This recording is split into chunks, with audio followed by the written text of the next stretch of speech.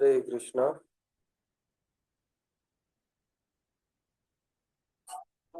हरे कृष्णा प्रभु जी, दंडवत प्रणाम। धन्यवाद। हरे कृष्णा।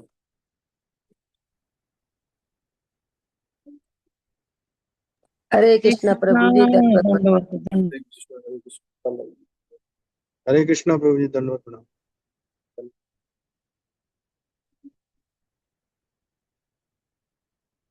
आद्यं पुरुषमीशानं पुरुहूतं पुरुष्कृतं ऋत्वमेकाक्षरं ब्रह्म व्यक्तं सनातनम् असच्च सदसच्चैव यद्विश्वं सदसत्परं परावरणं सृष्टारं पुराणं परमद्वयम् मङ्गल्यं मङ्गलं विष्णुं वरण्यामनघं शुचिं नमस्कृत्य ऋषिकेशं चरचारगुरुहरि नमस्ते पूजितस्येह सर्वलोकैर्महात्मनः प्रवक्ष्यामि मतं पुण्यं व्यासस्याद्भुतकर्मणः वाञ्छकल्पतरुभ्यश्च कृपा सिन्धुभ्य एव च पतितानां पावनेभ्यो वैष्णवेभ्यो नमो नमः। जय श्री कृष्ण चैतन्य प्रभु नित्यानंद श्री अद्वैत गदाधर शिवसादि गौर भक्तवृंद। हरे कृष्ण कृष्ण कृष्ण हरे हरे हरे राम राम राम। हरे कृष्णा।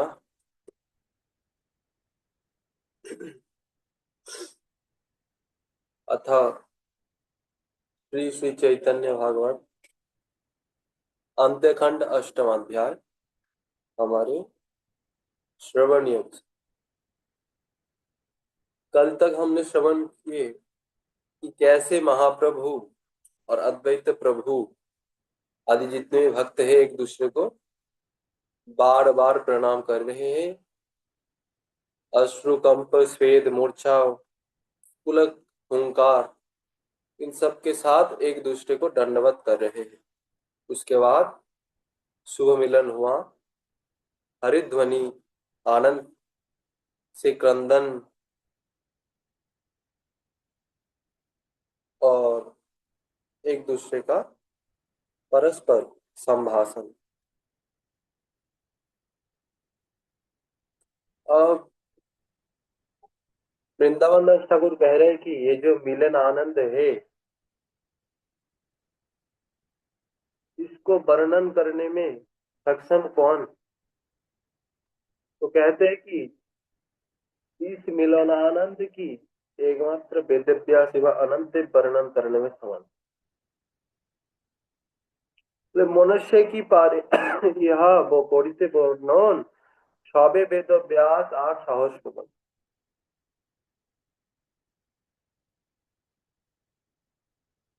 क्या कोई भी मनुष्य इस आनंद का वर्णन कर सकता है?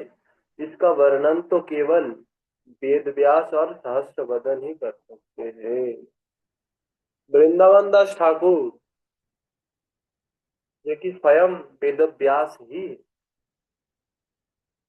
चैतन्य लीलार व्यास वृंदावन दास, चैतन्य लीला के जो व्यास है बोलो वृंदावन दास ठाकुर। कृष्ण लीला के जो व्यास थे वही ये वृंदावन दास ठाकुर। फिर भी कह रहे हैं कि इनको वर्णन करने में सक्षम वो वेद व्यास है और बोले सहस्रवदन उनके गुरु नित्यानंद या शेषनाग। तो ये दोनों ही बस सक्षम है वर्णन करने में कि कैसे कैसे आनंद किए सभी भक्त मिलकर। अभी कह रहे कि श्री अद्वैत एवं श्री गौर सुंदर का परस्पर प्रेम संभाव, अद्वैत प्रभु और श्री गौर सुंदर का जो परस्पर वार्तालाप हुआ उनका वर्णन करते हुए कह रहे कि अद्वैत देखिया प्रभु लोइलेन कोले सिंचिलेन अंगतान प्रेमानंद जले श्लोक पढ़ी अद्वैत करेन नमस्कार হইলেন অদ্বৈত আনন্দ অবতার যত সহ্য আনিছিলা প্রভু পুজিবারে সবদ্রব্য পাশরিলা কিছু নাহি সুরে আনন্দে অদ্বৈত সিংহ করেন অহংকার আনিলু আনিলু বলি ডাকি বারবার, হেন সে হইল অতি উচ্চ হরিধ্বনি, লোকালোক পূর্ণ হইল হেন অনুমানী। বৈষ্ণবের কিদায় অজ্ঞান যত জন, তাহারা হরি বলে করে क्रंदन। कहते कि अद्वैत को देखकर प्रभु ने उन्हें गोद में ले लिया और उनका अंग प्रेमानंद के जल से सिंचित कर दिया। अद्वैत आचार्य को देखते ही महाप्रभु ने आलिंगन की, और आलिंगन करते हुए महाप्रभु रो रहे हैं। अद्वैत को पाकर महाप्रभु रो रहे हैं, बोले इतना रो रहे हैं कि महाप्रभु को उसी आंसू से, अपने आंखों के जल से बोले अभिषेक करवा दो।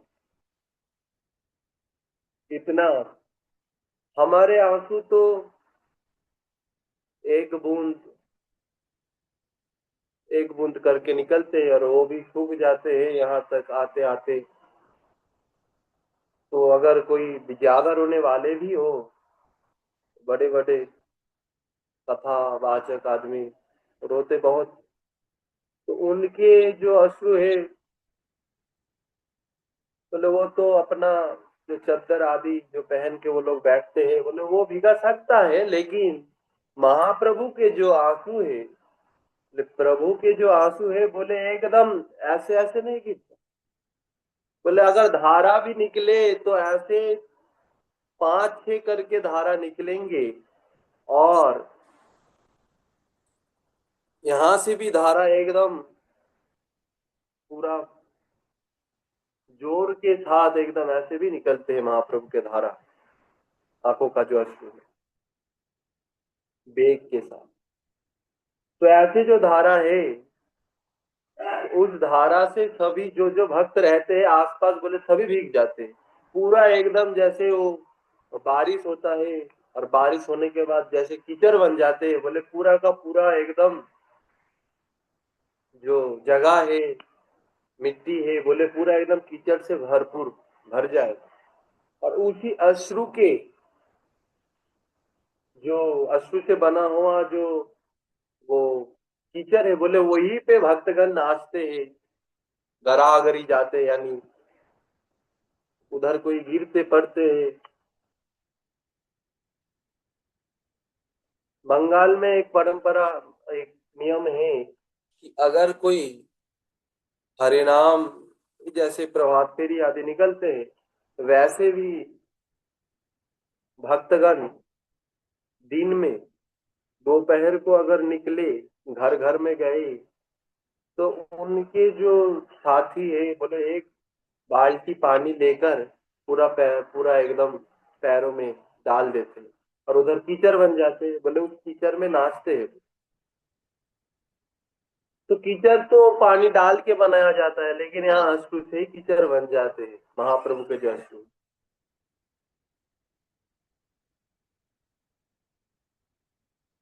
तो ऐसे जो अश्रु है महाप्रभु के, बोले उससे अद्वैत आचार्य को पूरा एकदम नहला दिए, और कह रहे श्लोक पढ़कर अद्वैत नमस्कार करने लगे। अद्वैत स्वयं आनंद अवतार स्वरूप हो गए। प्रभु की पूजा करने के लिए वे जो कुछ सामग्रियां लाए थे सब भूल गए, कुछ याद नहीं रहा। अब महाप्रभु को प्रणाम करते हुए श्लोक पढ़कर प्रणाम कर रहे हैं अद्वैत आचार्य। एक नियम है कि अगर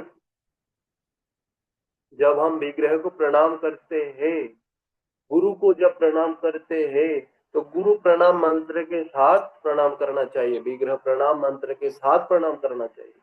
ऐसे नहीं कि गिरे और उठे, ऐसे नहीं। पहले गुरु प्रणाम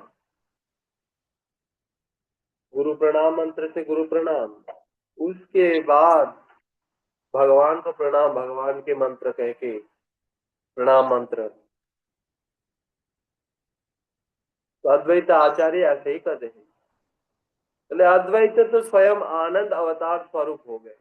जैसे अद्वैत आचार्य इतने आनंद में डूब गए कि बोले आनंद और अद्वैत अलग अलग रहा ही नहीं, एक ही है। यद्यपि एक तो है ही, फिर भी यहाँ लग रहा है जैसे अद्वैत ही आनंद अवतार स्वरूप है। इतना आनंद आया अद्वैत आचार्य को, महाप्रभु को देखकर, उन्हें पाकर। अब प्रभु की पूजा करने के लिए वे जो कुछ सामग्रियां लाए थे वे सब भूल गए, कुछ याद नहीं रहा। क्या सामान लाया, मुझे पूजा करना है, बोले एकदम प्रेमानंद में इतना बेवल हो गए कि ये सब बातें उनको याद रहा ही नहीं। मुझे प्रभु की पूजा कर, मैंने जो सामग्री लाया हूँ मैं, तो उससे मुझे पूजा करना था भगवान चैतन्य महाप्रभु की, लेकिन महाप्रभु का दर्शन करके ये सब उनको विस्मृत हो गया, वो भूल गए सब। भक्त जब तक भगवान को देखकर अपने आप को ना भूल जाए तब तक उनका जो दर्शन है बोले सही सही होता ही नहीं। जब तक वो भगवान में ना लीन हो जाए, भगवान के रूप ध्यान में, जब तक बाहरी ज्ञान है बोले तब तक दर्शन नहीं कर सकते तुम भगवान।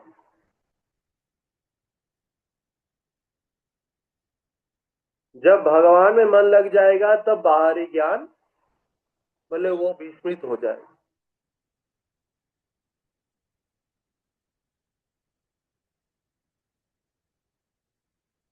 तो अद्वैत आचार्य का ऐसा ही दशा हुआ।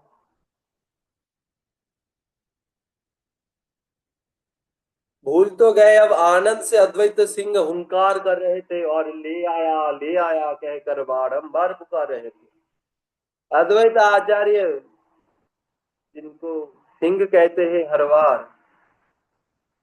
वृंदावन दास ठाकुर, क्योंकि उनके जो हुंकार है, गर्जना है, बोले जब गर्जन करते हैं गौर गौर कह के, कृष्ण कृष्ण कह के, बोले जो कली रूपी जो जंतु है, जीव जंतु है, जैसे शेर की आवाज से सुनकर वो सब डर के मारे भाग जाते हैं, वैसे कली कली रूपी जो जंतु है, हिरण, कली रूपी जो हिरण है, ऐसे सिंह के गर्जना से, अद्वैत आचार्य के गर्जना से बोले दूर भाग जाते।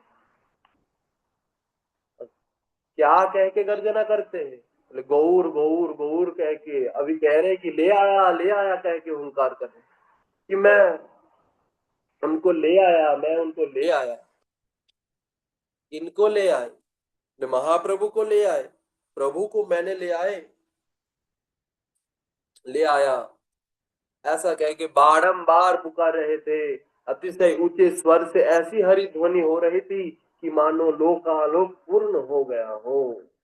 वैष्णवों के बारे में क्या कहना, जितने भी अज्ञानी जन थे वे सब भी हरि कहकर क्रंदन कर रहे थे। ऐसे जो महाप्रभु के साथ अद्वैत आचार्य का जो मिलन हुआ और अद्वैत आचार्य रो रो कर हुंकार करने लगे, ले आया कह के, बोले जो हुंकार है बोले एकदम जैसे सारे ब्रह्मांड में व्याप्त हो गया हो। और बोले दूसरों का कहना क्या, बोले वैष्णवों का कहना क्या, जो वैष्णव थे वो तो रो रहे ही थे,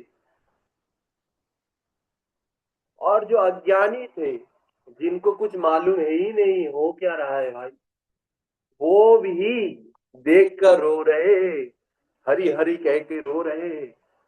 बोले ये वैष्णवों की प्रभाव है, नयन भरिया देखो दासेर प्रभाव, हेन दास्य भावे कृष्ण करो। बोले दासों का प्रभाव है, जहां भी दास जाते हैं बोले दास तो रोते ही है, रोना धोना साथ में लेकर जाते हैं, बोले लेकर साथ में जाते तो है और रुलाते भी, ये दास का स्वभाव। तो वही हो, सभी रो रहे हैं। बोले जब तक रो ना ले दास जी भर के मन भर के, तब तक दास को आनंद नहीं आता। और जब तक दास किसी को रुलाए नहीं भगवान की कथा सुनाकर, बोले तब तक दास मानते कि प्रभु भगवान को आनंद नहीं आया होगा। इसीलिए दास यही सोचता है कि कैसे कैसे मैं भगवान के लीला को स्मरण करके नित्य कैसे मैं क्रंदन करूं, एकांत में, वो लोगों को दिखाने के लिए नहीं, एकांत में। और कैसे कैसे प्रसंग में कहूं कि इन लोगों के हृदय विगलित हो जाए महाप्रभु की लीला सुनकर। ये दास लोगों का विचार है। ये दास लोग ऐसे ही तैयारी करके जाते हैं कि ऐसी कथा सुनाऊंगा कि इनके जो हृदय रूपी जो पत्थर है वो विगलित हो जाए।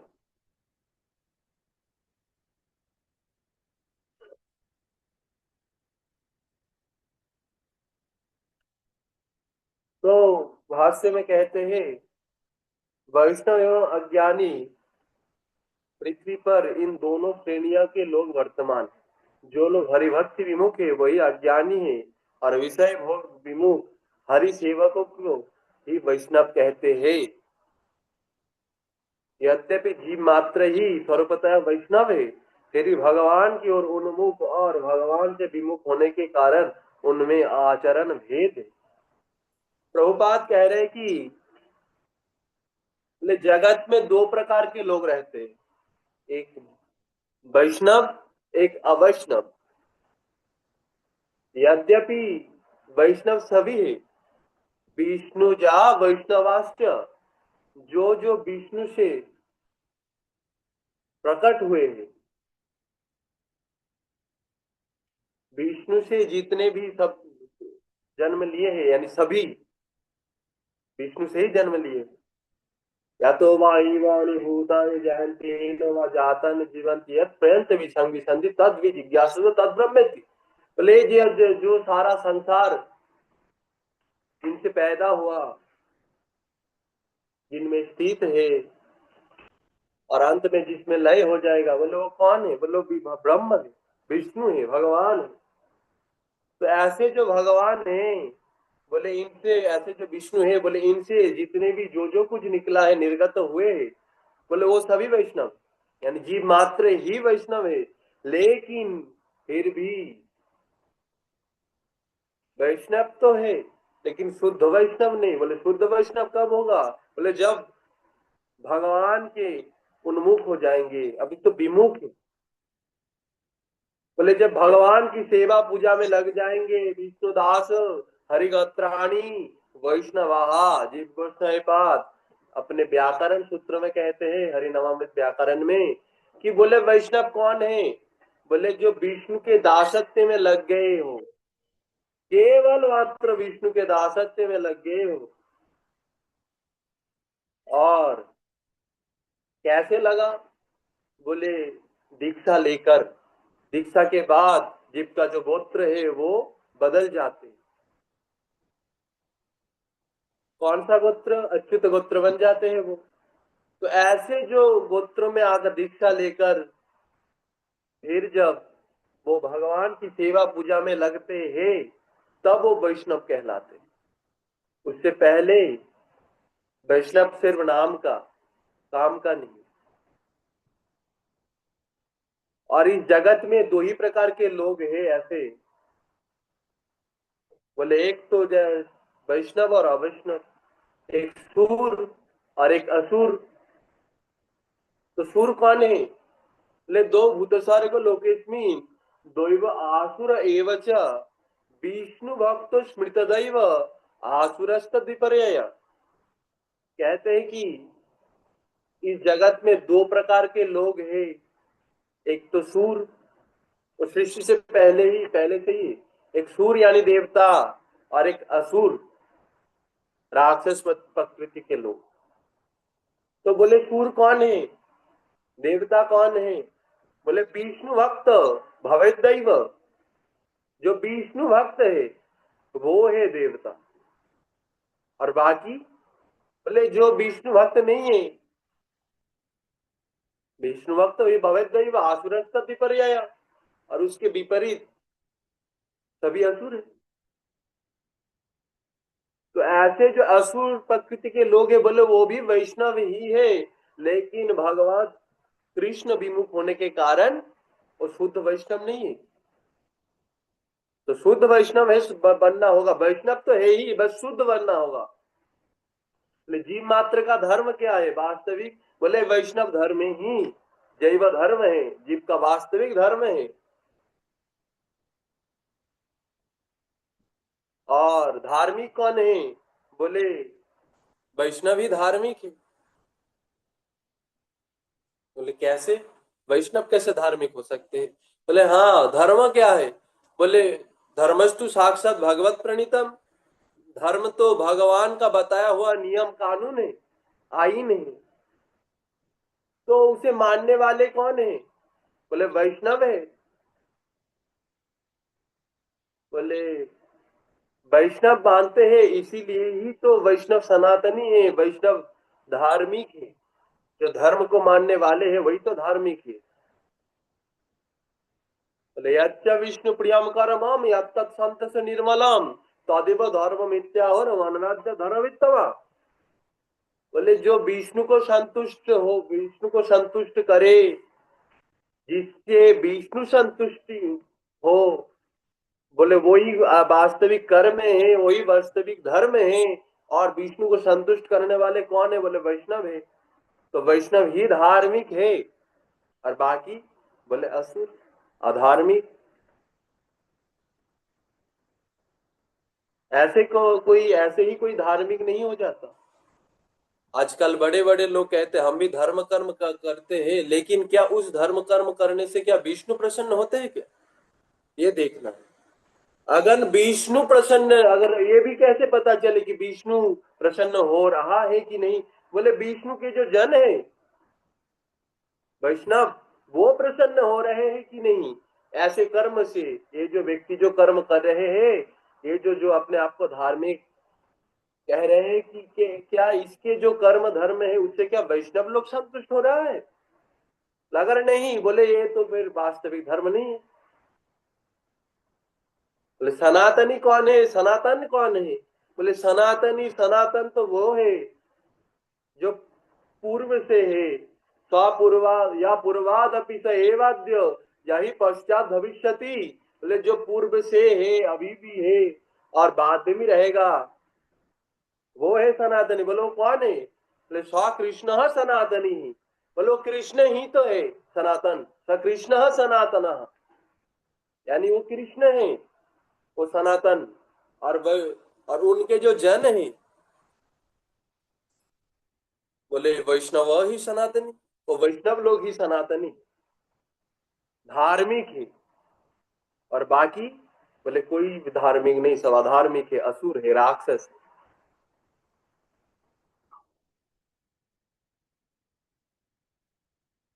तो यही है जीव का वास्तविक धर्म। वैष्णव होते हुए भी अपने आप को सभी भूल गए हैं। इसलिए वैष्णव लोग आते हैं और बार बार याद करवा देते हैं कि तुम विष्णु के दास हो, तुम नित्य कृष्ण के दास हो।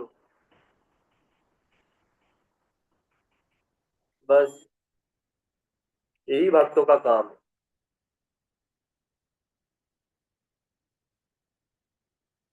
लेकिन वहां पे जितने भी ऐसे अवैष्णव, अज्ञानी, आसुरिक प्रकृति वाले लोग थे, जब अद्वैत और महाप्रभु के जब मिलन हो रहा था, क्रंदन कर रहे थे, बोले वो ऐसे भी लोग अपने चेतना, वो कृष्ण चेतना में जाग उठे और रो पड़े थे, वो हरिध्वनि करने लगे थे।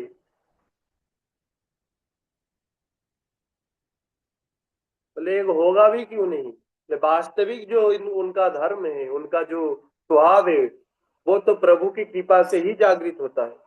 तो ऐसे प्रभु ने, अद्वैत प्रभु ने कृपा किया, इसीलिए सभी का चेतन जाग उठा, कृष्ण चैतन्य जाग उठा।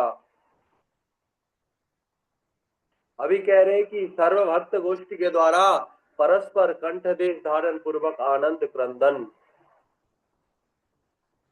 सभी कैसे परस्पर कंठ देश धारण करके एक दूसरे का, बोले कैसे रो रहे हैं उसका वर्णन कर रहे हैं। सर्वभक्त गोष्ठी अन्य अन्य गला धरी आनंदे रोदन करे बोले हरि हरि। बोले सर्वभक्त गोष्ठियां परस्पर गले लगकर आनंद के साथ क्रंदन करते हुए हरि हरि कहने लगी।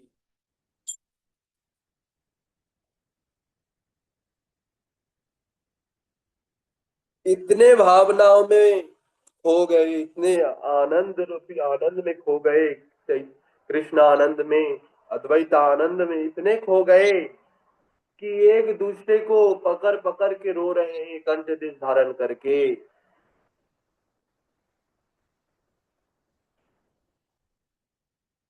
बोले रोने का कारण क्या है? बोले विरह,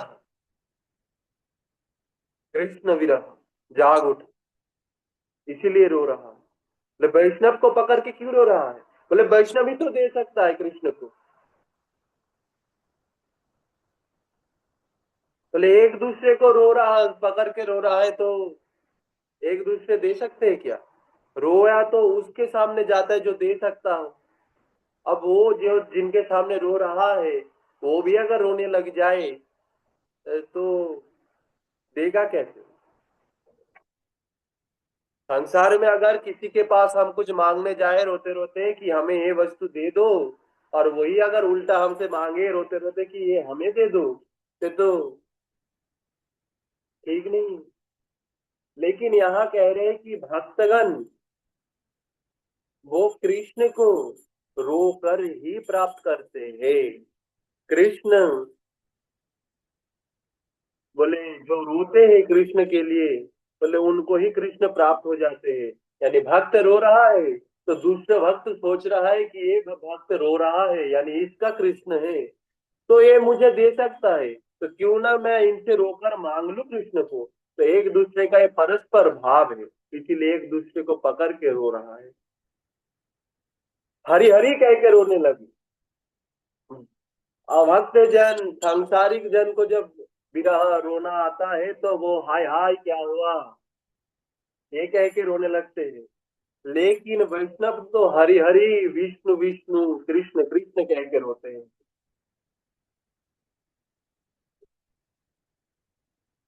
क्योंकि विषय तो हरि है। हरि को पाना चाहते हैं तो हरि हरि कह के ही रोना होगा। तो ऐसे सभी रोने लगे। अब अद्वैत के चरणों में सभी का नमस्कार। अद्वैत तेरे सवे कोरिले नमस्कार, जहार निमित्त श्री चैतन्य अवतार।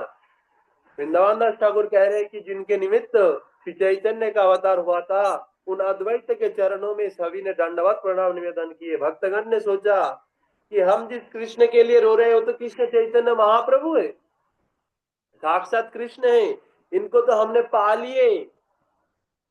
बोले किनके लिए पाए? बोले इसे अद्वैत आचार्य के लिए पाए हैं। अभी सभी मिलकर अद्वैत आचार्य के चरणों में दंडवत प्रणाम कर निवेदन कर रहे हैं कि आचार्य गोसाई अद्वैत आचार्य ही है हमें कृष्ण देने वाले। तो ऐसे प्रभु को बिना प्रणाम किए कैसे रहा जाए?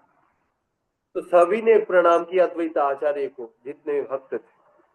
अब दोनों गोष्ठियों की महान उच्च ध्वनि, महान संकीर्तन एवं प्रेम विकार फिर से जो दोनों गोष्ठियां थी, महाप्रभु के दल और अद्वैत आचार्य जी के जो दल थे, गोष्ठियां थी, बोले अब उच्च ध्वनि करके संकीर्तन प्रारंभ किए।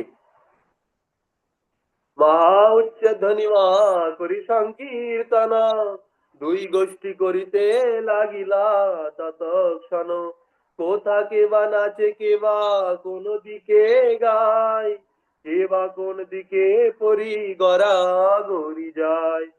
প্রভু দেখি সবে হইলা আনন্দে বিবল, প্রভু নাচিন মাঝে পরম मंगल। आप कह रहे हैं कि कुछ ही क्षणों में दोनों गोष्ठियां महान उच्च ध्वनि के साथ महान संकीर्तन करने लगी। ना जाने कौन किस दिशा में नृत्य कर रहा था, कौन किस दिशा की ओर कीर्तन कर रहा था, एवं कौन किस दिशा में गिरकर लोटपोट हो रहा था, किसी को कुछ पता नहीं था। प्रभु को देखकर सभी आनंद में विह्वल हो रहे थे। परम मंगलमय प्रभु भी सबके बीच में नृत्य कर रहे थे। अब शुरू हुआ नृत्य, उच्च ध्वनि करके, हरि ध्वनि करके संकीर्तन प्रारंभ हुआ। बोले ऐसे नृत्य कर रहे हैं कि गिर रहे, बढ़ रहे। बोले कौन गिरा? बोले ये पता नहीं। कहाँ गिरा, बोले ये भी पता नहीं। अरे कैसे गिरा, बोले ये भी पता नहीं, सिर्फ गिर जाएंगे। लोट पोट हो रहा है कीर्तन करते करते, जैसे पहाड़ गिर जाते वैसे भक्तगण गिर रहे हैं। और बीच में भक्त मंडली के बीच में जो महाप्रभु है, बोले वो भी बीच में मध्य शिरोमणि भगवान श्री चैतन्य महाप्रभु भी नित्य कर रहे मध्य में।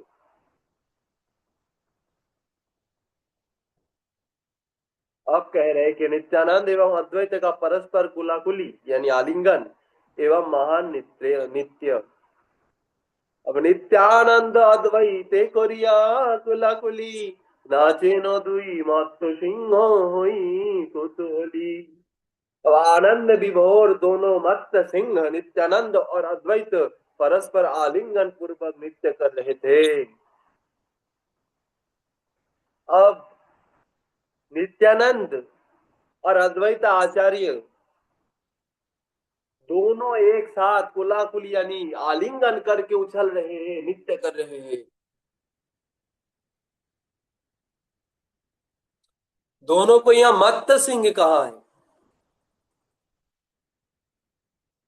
सिंह तो है ही, बोले मत्त सिंह एकदम उन्मत्त होकर नृत्य कर रहे हैं, होश ही नहीं है कहाँ पैर गिर रहा है, कहाँ हम नृत्य कर रहे हैं, कैसे कर रहे हैं, एक इनको किसी को होश है ही नहीं, उन्मत्त हो गए। वस्त्र है या नहीं शरीर में किसी को भान है ही नहीं, बस नृत्य हो रहा है हरि ध्वनि के। अब प्रत्येक वैष्णव को पकड़ पकड़ कर महाप्रभु का नृत्य। महाप्रभु कैसे नृत्य किए वो कह रहे, बोले सर्व वैष्णव रे प्रभु धोरी जाने जाने, आलिंगन करे न परम प्रीति मने। बोले सभी वैष्णवों में से प्रत्येक वैष्णव का पकड़ पकड़ कर प्रभु परम प्रीति पूर्वक आलिंगन कर रहे थे। अब महाप्रभु इतने आनंद में डूब गए, इतने आनंद विवल हो गए, वैष्णव प्रीति में इतने डूब गए कि सभी वैष्णव को पकड़ पकड़ के आलिंगन दे रहे हैं महाप्रभु।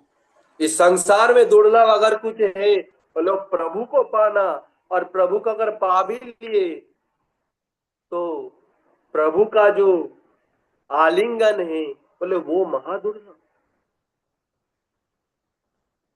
तो ऐसे जो प्रभु है बोले भक्त को खुद से पकड़ पकड़ के नित्य कर रहे, खुद आलिंगन कर रहे भक्त को।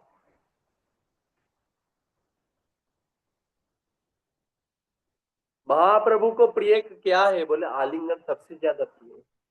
लेकिन वो आलिंगन भी तो सभी कर नहीं पाते, केवल भाग्यशाली ही। जगन्नाथपुरी में जब जगन्नाथ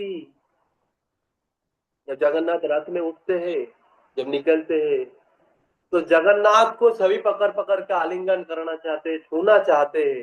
पहले तो ये नियम था कि जगन्नाथ रथ में बैठ भी जाते तो आलिंगन होता था, क्योंकि जगन्नाथ आलिंगन पिए, भक्त का आलिंगन करने में उन्हें बहुत आनंद आता है।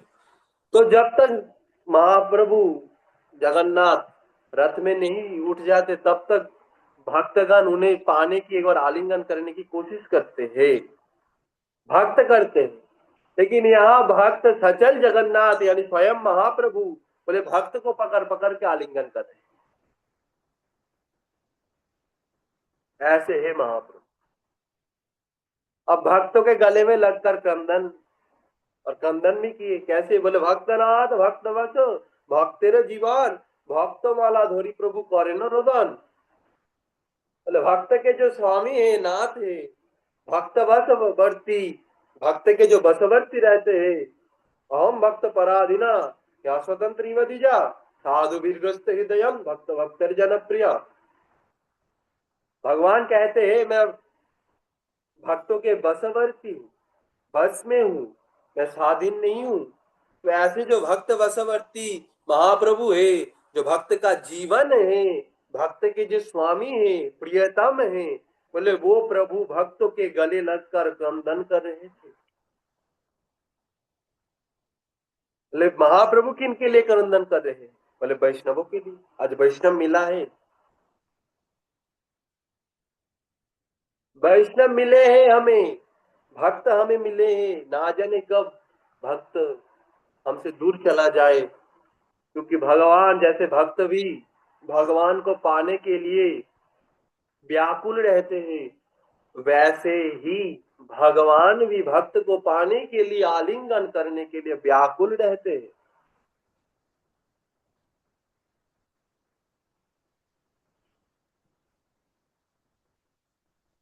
जैसे प्रहलाद महाराज, बोले प्रहलाद महाराज, नृसिंह पुराण में लिखा गया है कि प्रहलाद महाराज जो थे, बोले नृसिंह अवतार लेने से पहले भगवान, सभी जानते हैं कि नृसिंह अवतार लेकर प्रहलाद महाराज को दर्शन दिए, प्रहलाद महाराज का तब दर्शन हुआ। लेकिन नृसिंह पुराण में लिखा है कि जब उन्हें समुद्र में फेंक दिया गया, तब प्रहलाद महाराज, तो समुद्र देवता ने बताया, हे प्रहलाद, तुम इतने भाव विभोर में डूब गए थे कि तुम समुद्र में डूब रहे थे, तुम्हें तो भान था ही नहीं। अब प्रहलाद ने बोला कि वो प्रभु कब मिलेंगे, तब समुद्र ने कहा, रे तुम पुकार तो थे, वो भी तो विरह में जल रहे, वो भी तुम्हारा दर्शन करना चाहते हैं, लेकिन तुम तो कभी उनको दर्शन देते नहीं। तुम पुकारते हो नहीं कि हे नाथ हमें अब दर्शन दीजिए, ये पुकारते हो, लेकिन हमारे दर्शन कर लीजिए, ये तुम बोलते नहीं हो। अब वो तो दर्शन पाना चाहता है पहले तुम्हारा। तब प्रभु प्रहलाद ने ये कहा कि प्रभु मुझे दर्शन दीजिए, और अगर ऐसा ही भाव है तो हम तो आपका दास ही है नित्य, तो कृपा करके हम पर आपके दृष्टि भी डाल दीजिए, कृपा दृष्टि भी डाल दीजिए। तब भगवान ने आके उनको फिर से दर्शन दिए। ये विरह है भगवान का भी दर्शन करने के लिए, भक्त को पाने के लिए भगवान भी विरह में तड़पते। तो ऐसे जो महाप्रभु है, वो भी तड़प रहे थे कब भक्त का दर्शन होगा। मैं संन्यास लीला तो कर रहा हूं, लेकिन मेरे जो गौर देश के जो भक्त है, उनको तो मैं छोड़ के आ गया, कब दर्शन होंगे उनका। तो अब जाके दर्शन हुआ, इसीलिए महाप्रभु सबको गले लगाकर रो रहे हैं।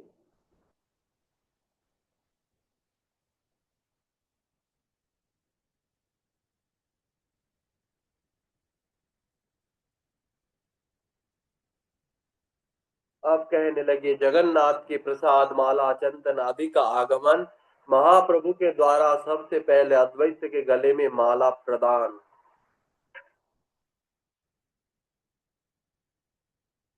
अब प्रसाद आया, माला आया, चंदन आया जगन्नाथ के, और महाप्रभु किनको पहले माला पहनाया, इनका वर्णन कर रहे हैं। बोले जगन्नाथ देवेर आज्ञाई सेक्शन सहस्त्र सहस्त्र माला आइलो चंदन, आज्ञा माला देखी हर्षे श्री गौरांग राय, अग्र दिला श्री अद्वैत सिंहेर गलाय। बोले जगन्नाथ देव की आज्ञा से उसी क्षण हजारों मालाएं और चंदन आदि आ गए।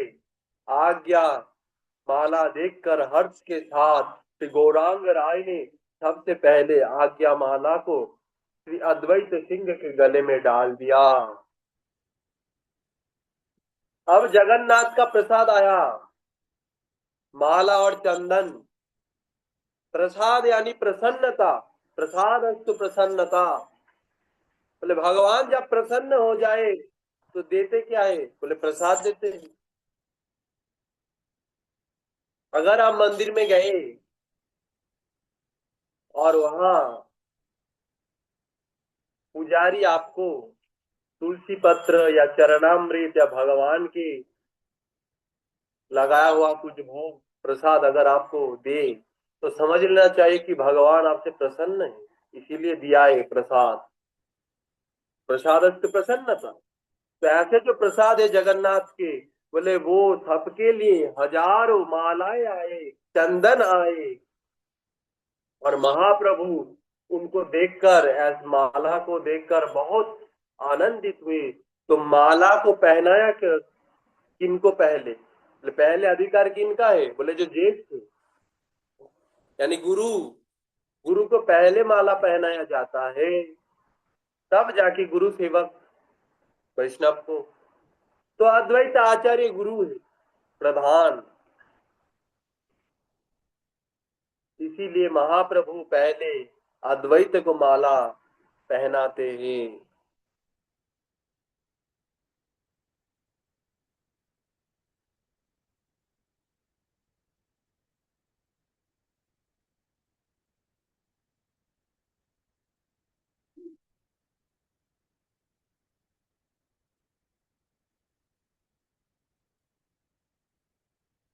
अब अपने हाथों से महाप्रभु के द्वारा सभी वैष्णव के अंगों में माला चंदन प्रदान। अब महाप्रभु सबको अद्वैत के बाद कैसे कैसे वैष्णव सभी को माला चंदन प्रदान कर रहे हैं, उसका वर्णन कर रहे हैं।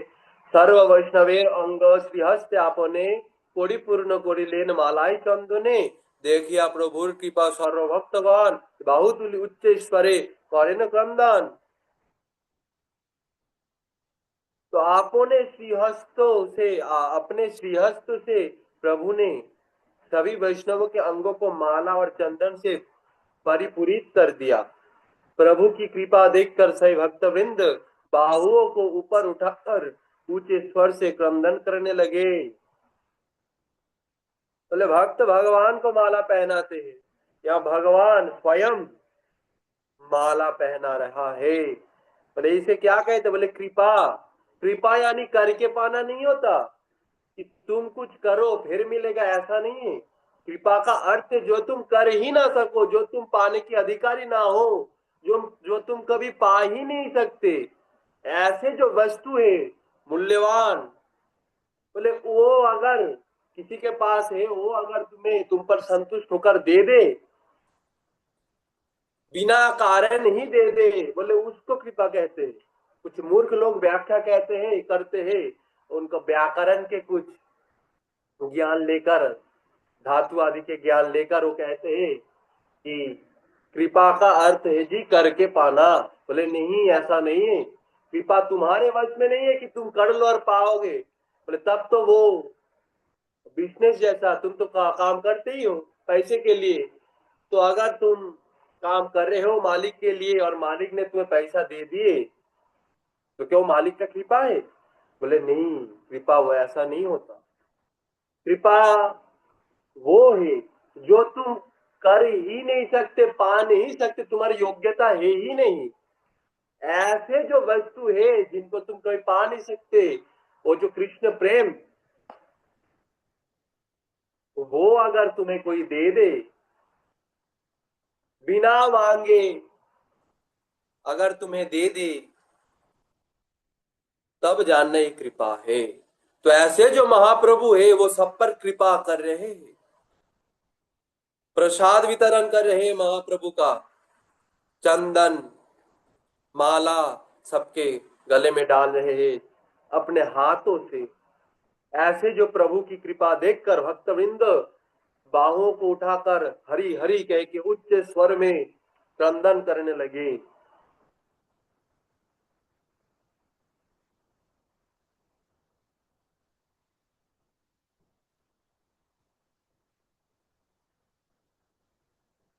अब कहते हैं भक्तवृंद के द्वारा श्री गौर चरण धारण पूर्वक नित्य गौर सेवा पर प्रार्थना।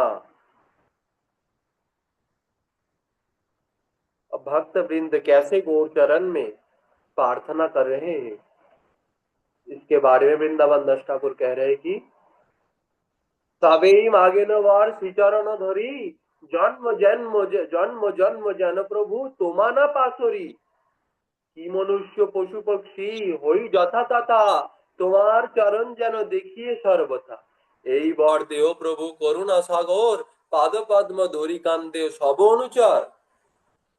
श्री चरण पकड़कर सभी वर मांगने लगे, हे प्रभु ऐसा वरदान दीजिए कि हम जन्म जन्मांतर में भी आपको ना भूले, जहां तहां मनुष्य पशु अथवा पक्षी के रूप में जन्म क्यों ना ले, सदैव आपके चरणों के दर्शन कर सके।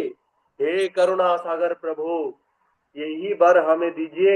इतना कहकर पाद पद्म धारण पूर्वक सभी अनुचर क्रंदन करने लगे।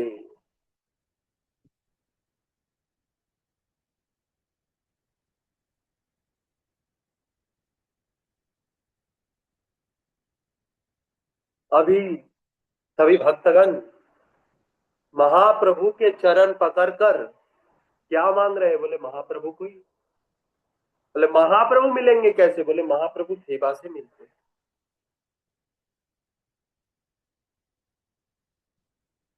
तो महाप्रभु की जो सेवा है वो सभी अभी मांग रहे हैं। मुक्ति भी मांग मांग सकते थे, मुक्ति भी मांग सकते थे, सब कुछ मांग सकते थे, लेकिन दिए माने न गृहंती मत सेवनम बिना। भगवान कहते हैं भक्त जो है उनका स्वभाव है, मैं अगर उसे भुक्ति मुक्ति भी दे दूं तो वो लेना नहीं चाहते। तो क्या लेना चाहते? बोले सेवन, सेवा लेना चाहते, मेरी सेवा।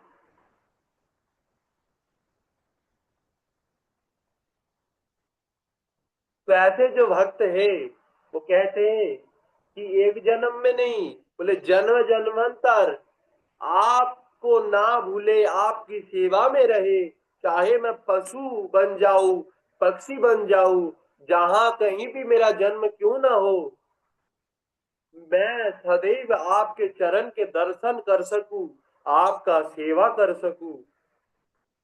हे करुणा सागर, हमें ये वर्ष हमें आप दीजिए। आप भक्त का स्वभाव। तो ये कह के पाद पद्म धारण पूर्वक सभी अनुचर कंदन करने लगे, प्रभु के चरण में पड़कर ये मांगने लगे, दीजिए प्रभु, कभी आपको ना भूलूं, आपका दर्शन सदैव होता रहे, आपकी सेवा सदैव मैं करता रहूं, तो ये वर हमें दीजिए। ये मांगने लगे। अब पतिव्रता वैष्णव गृहिणियों के द्वारा दूर से महाप्रभु का दर्शन एवं कर। अब जो पतिव्रता वैष्णव गृहिणी थे, बोले वो तो महाप्रभु के पास जा नहीं सकते क्योंकि महाप्रभु सन्यासी है, और एक नियम है, आचरण है कि सन्यासी को अपना स्त्री कभी अपना मुंह दिखाते नहीं, उन्हें स्पर्श करना तो दूर की बात। आजकल देखा जाते हैं कि गुरु आ गए तो स्त्रियां एकदम होड़ लगा देते, गुरु के सामने एकदम घिर के बैठ जाते हैं, अब और चरण पकड़ के एकदम वो जैसे चरण को छीनना ही चाहते, पकड़ पकड़ के। बोले ये अपराध है, तो चरण कहीं पकड़ना नहीं चाहिए, गुरु के चरण, चाहे वो पुरुष ही क्यों ना हो। बोले क्यों? बोले गुरु के दो कारण है इसमें। एक तो हमारे जो हाथ है बोले वो अशुद्ध है, और गुरु बोले तो परम पवित्र है। तो ऐसे जो परम पवित्र है उनके चरणों में हाथ डालकर, वो तो पवित्र है ही, अपवित्र होंगे नहीं, लेकिन हमारा अपराध हो जाएगा अगर चरण में हम हाथ दें। ये पहला कारण। और दूसरा कारण ये है कि गुरु हमेशा भाव में विभोर रहते हैं। गुरु जो है राधा कृष्ण की लीला में सर्वदा वो मग्न, ध्यान में मग्न रहते हैं। तो ऐसे गुरु के अगर चरण स्पर्श कोई कर दे तो उनका ध्यान में विक्षिप्त हो सकता है, उनका ध्यान भंग हो सकता है। इसीलिए कभी भी गुरु के चरणों को पकड़ा नहीं जा सकता। और सन्यासी के लिए तो ये नियम है कि वो कभी स्त्री का मुंह देखेगा नहीं, और स्त्री भी अपने पतिव्रता धर्म के अनुसार किसी दूसरे को अपना मुंह दिखाएगा नहीं। यद्यपि महाप्रभु यहाँ सबका पति है, प्राणपति है, प्रियतम है, लेकिन महाप्रभु सन्यासी लीला में है, इसीलिए नियम आचरण तो बनता ही। तो जितने भी पतिव्रता वैष्णव गृहणियां थी वे दूर से प्रभु को देखकर क्रंदन करने लगी, दूर से। क्योंकि महाप्रभु कहते हैं बैरागी लोहिया करे संभाषण देखिते ना पारे मुई ताहार वदन। अगर सन्यासी बन के कोई अगर स्त्री के साथ आमने सामने एकांत में अगर वार्तालाप करे, बोले ऐसे जो सन्यासी है मैं उनका मुंह देखना पसंद करता ही नहीं। तो संन्यास का नियम है धर्म। इसीलिए जो पतिव्रता स्त्री है वो अपना मुंह घूंघट में रखती है, गुरु के सामने हो, वैष्णव के सामने हो, मुंह अपना घूंघट में रखती है और मन ही मन गुरु के चरण स्पर्श करते हैं, मन ही मन,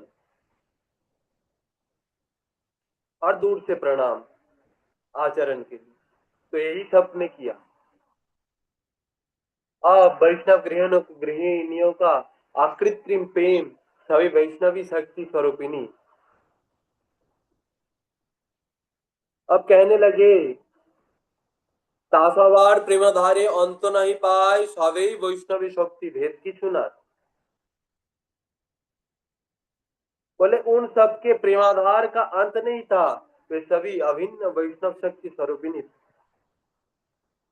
बोले उन स्त्रियों के जो प्रेमाधार प्रेम था महाप्रभु के लिए, बोले उसका अंत नहीं था। बोले क्यों? बोले वो सभी महाप्रभु की शक्तियां थी।